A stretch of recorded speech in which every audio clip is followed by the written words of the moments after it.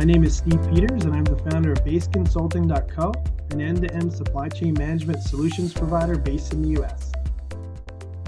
Yeah, this is Paul Weedman, the owner of Victor Group. Our business is to be the eyes and ears of our customers, helping the supply chain in China.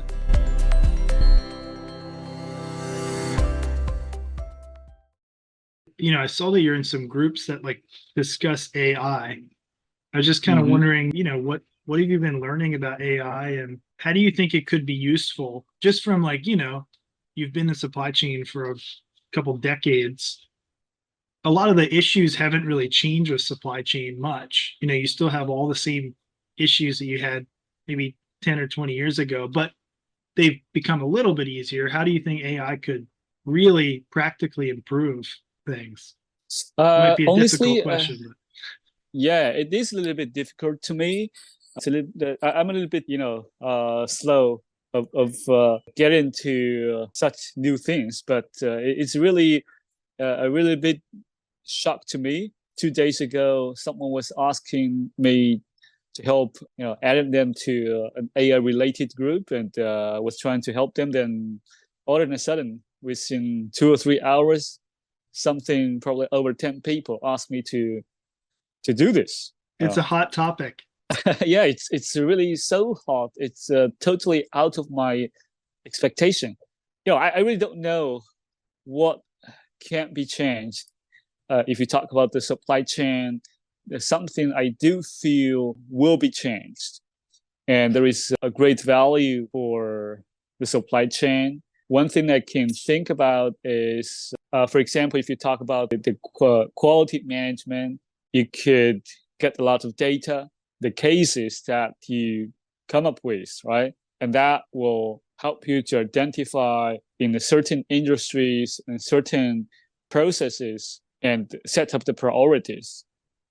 Right, like based on past projects or just data from the past to try to forecast what's going to happen next. Exactly. If you look into we talk about the lean management. One of the key things is definitely about the production FEMA. That means if you want to make a good quality to bring the cost down, and you always have to learn from the manufacturing mistakes, and you have all the data accumulated over there. But I think AI can play a very important role in such cases in the manufacturing process. Yeah, ChatGPT obviously is the most recognizable tool that's available now. And, it is pretty useful for writing, brief proposals or, procurement sheets, requesting information from suppliers or just referencing or comparing. Maybe there's a project that requires a certain component and maybe that component can't be found in the market. And so, to do a comparison, it's pretty helpful. If you're looking for an equivalent or something like that, like an alternative to what has been requested, it can often help compare the differences. So, you can meet the standard of whatever somebody's looking for, I'm just trying to think of other useful things it can do. I mean, even for tracking, maybe in real time, shipments. I mean, obviously there's tracking of shipments has come a long way, even for, shipping actual ships or rail, right? Yeah. But there's still a bit of a disconnect with live updates that's accessible by everyone, you can kind of figure it out. There are websites that help you, for smaller companies that are maybe ordering from China and they want to know because sea freight is a bit difficult to track, right? Yeah. Compared to say, shipping by air. So, what other things do you kind of see as holes in the supply chain that could, possibly be fixed with AI? Besides forecasting and that kind of thing. Maybe I'm a little bit not smart enough. I really don't figure out exactly can be used immediately, but that's something I'm definitely trying to explore. Enthusiastic people in China. But the good thing is I already got to know a bunch of people and the communities that are really good at AI. Yeah. The whole AI industry, I would say, still at the jungle stage. Yeah, definitely. So What about that's a good design? thing. What about design? Like, for example, do you think there'll be a point, there might already be something where like somebody has a CAD drawing that needs to be fixed, right? And then maybe it looks at past, CAD drawings of a similar product or like more commonly used components to put this together. Mm-hmm.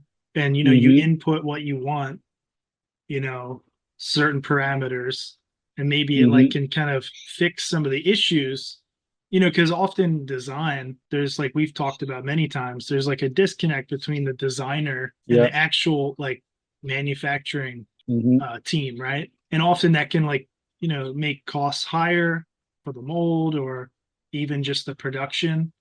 So I Yeah. wonder like if that's something that could be solved with AI. So where you input some data, you upload the CAD drawing, and it like maybe cross references with past designs that are more Mm-hmm. commonly used and have been like Yeah. manufactured Yeah. successfully, right? In like a efficient way, you know? I do believe it will come one day, but it's not going to be very soon because most of these data, they're not feed it into the data pool. When you use in artificial intelligence, you need to have a lot of data feeding. Mm, Well, most of the companies are not used to upload the drawings on the internet. It's basically part of the intellectual property. This is particularly the case for a well-organized company, right? mm. But if there was Uh, like just for, if there was a library of past designs that maybe have already, they're already protected, they're already, the products have already been produced. For example, like, mm-hmm, somebody has an idea for a sports bottle design. There's already been many different sports bottles produced, right? It's mm-hmm, been manufactured for, a really long time. There's a certain type of design that is easier to manufacture. And so mm-hmm, like if somebody was, had a new idea for a design, they could upload this and then it would cross-reference against this library, you know what I mean? mm-hmm. Yeah, And yeah, maybe I get give the some point. suggestions like, hey, you could design it like this, maybe a few suggestions or something like that. I don't know, stuff Mm-hmm. like that. Of Yeah, course, there's always going possibly. to be the human interaction needed to improve it because it can't, make a perfect, drawing necessarily that can be manufactured because it can make a design of anything, right? Like you can already do that. I don't know. I think that would be an interesting tool. Yeah, definitely. Actually, for industrial design, I think you can already see a lot of cases on the internet using AI tools to generate the design. But for the engineering, it could be a little bit tougher. We'll see. Right. Yeah. From these groups, like kind of so far, I know it's kind of new, but like what is kind of like the main topic of discussion right now, like for AI? Like is it just kind of like sharing what's out there right now, or are there any like new ideas that you've seen or anything like that? Not Just really too curious. much. Not really too much, to be honest. It's more about a kind of vibes. The people all realized this is something very important for the future, our life and our business. The way of business will be changed in some way very soon. If you talk about the real cases, which is used AI as a tool, I don't really see many. So like what like Maybe usually in a group, copywriting, yeah. right? Mm, Design, industrial design, this type of things. It's already there, right? right. It can obviously it can also simulate the sounds, right? The images. Right, right. So you can kind of, like now you can create designs obviously with AI, but in terms of like the engineering, it's pretty tough. But, there are definitely some tools that you can use to kind of help improve your idea, right? Like your original idea or something like that. But like Yeah. within the group, usually there, in groups, there's always like a few people that talk more than others. There's usually more Mm-hmm. listeners than people like coming up with new topics or whatever. Like, Yeah. is there anything you can remember that people have talked about of like new topics or use cases or like any particular tool that they've used, like ChatGPT or something else, like the Bing version or? Just curious. Yeah, honestly, I've just joined the group not long ago. I really don't have a lot to share at this point, but I'll find out. Yeah, no, sounds good. Well, it's an exciting future for AI, I think, and I think it could help supply chain and product development a lot. But definitely, I think the human element is still important and always will be, you know? Yeah, that brings to the story I shared about business 1 or 2 days ago Oh, about about my yeah, the the blanket shop, the pillow and blankets, right? yes Yeah. the beddings. Yeah, it's a very small shop run by one of my remote uncle in a very small city, tier 5 city, kind of Yeah. tier 5 or tier 6. In those type of cities, you know, people know each other. They're like classmates or relatives, Small friends, town. or Yeah. yeah, yeah, Small town yeah, feeling. yeah. It's not easy to do business actually. So what was the Uh, story? the story is, he came to me in Shenzhen a couple of days ago. We just had talking about the business, how things are going. She has been running his bedding shop for almost 20 years in that small town. And he's the only one who has been in exactly the same street in the same corner for more than almost 20 years. And this is not easy, particularly the business environment in that type of places in China. People are not really very rich. They're not ready to pay for high quality product with the internet, the e-commerce business coming over the past 10 or 15 years. All right. People used to get cheap stuff, buy online. You have to really find the good ways to make success in your business. And another thing is the knockoffs of big brands. Yeah, of course. Particularly in the small cities, is quite common. Like you have an And Apple store. he's basically having a retail store to sell big brands of the bedding product. Someone suggested him, okay, look, everyone is selling the knockoffs, the copies. Why don't you bring something? A lot of people in the village areas, in the small cities, they are not really knowledgeable enough, informative enough of what's the difference between the fake one and the real one. So, but he rejected. He wanted to do business, but don't want to cheat to people. Right. He was looking at the long-term view, right? Like not the short-term, like make money as fast as possible Yeah, type of business, right? exactly. And he also gives a free gift when it's the bedding, which is the main product. And so I give the pillow for free. And when you give a free gift, in most of the Chinese business, they are like low quality, the cheap stuff.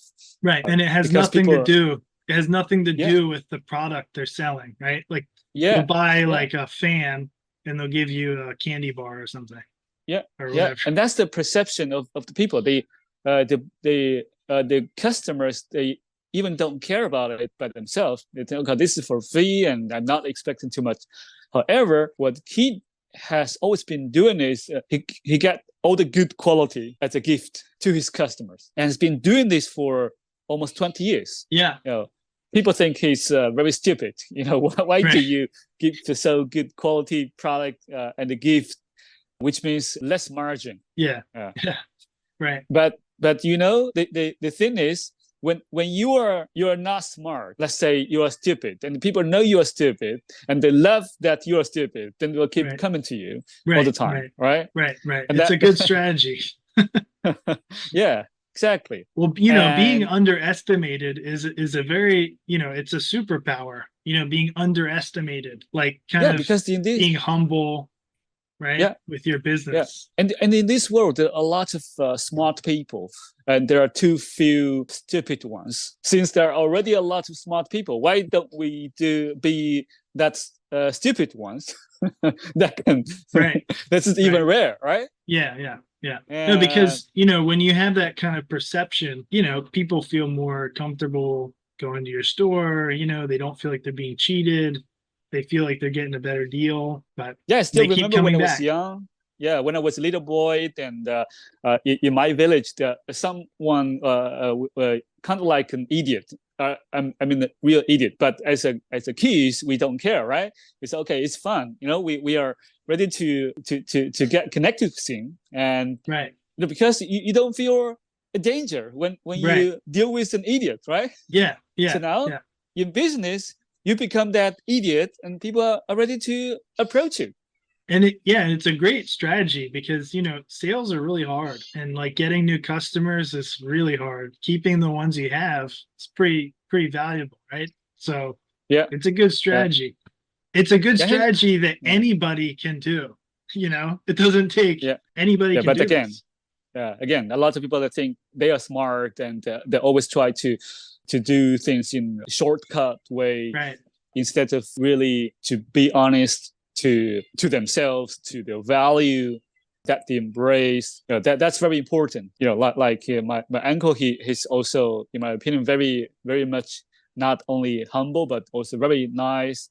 He told me like a couple of years ago, he got a mom and the kids, like 4 or 5 years old, just strolling around his shops, because in his brand there is very a symbol, or kind of like if you go to Starbucks, you have a lady on the a logo over there, right? They have like a door they put in front of the shop, and that little girl was almost crying for that goat, that symbol goat. Right. Like and stuffed animal. and exactly, it's white, and it's very cute, but Yeah. it's not a Yeah. toy, right? Right. Right. It It's was just just for, there for show. It was just there for exactly. show. Yeah. And the girl was really so much loving it, and crying for that. So what can he do? And eventually, they stayed there for probably like half an hour. He gave that door for free. It's a good, and she'll Yeah, always remember that. And then didn't she come back or something, like yeah, the next exactly. year or something, and said, "Do you remember me?" Yeah, a Yeah. long time later, like more than 1 year, and that mother came to his shop, and they say, "Look, can you still remember who I am? Yeah. I'm the one. I'm the mother of that little girl that you Right. give your goat to. Yeah. So I'm coming here again." Return customer. It's great. Yeah, yeah. Sometimes that's your, when you are treating people in a very nice way, this is kind of like a karma you Yeah. get I back, mean, it's right? it's his tudian, right? Yeah, Like it's his specialty. It's yeah, yeah. When nowadays, with a lot of competition, like I said, from the internet, from the e-commerce, there are more competition in the market. You have to think about good ways to encounter these obstacles in business. So he is even providing like a laundry service, Yeah. because some people they want to get the newly bought bedding washed, and many people they don't really have a big house, not like in the United States. Right. You have a big house like a villa for us, but most people they stay in apartment in China. Yeah, no, it makes sense. He's providing additional services that like have to do with what he's selling, so it's good. It's Yeah, great. yeah, yeah. So over the years, his services, like either giving a free but high quality gift, or to provide the free services for laundry, and he's also very very nice. Every time when he got someone who buy the beddings from him, in most cases in that type of small towns, when they buy the beddings for marriage, right? Right. They go there to have a celebration together with Ah, their family, yeah, and they that's feel so nice. honored, and Yeah. give a small hongbao of Yeah, maybe 400 or 500. that's This really type of nice.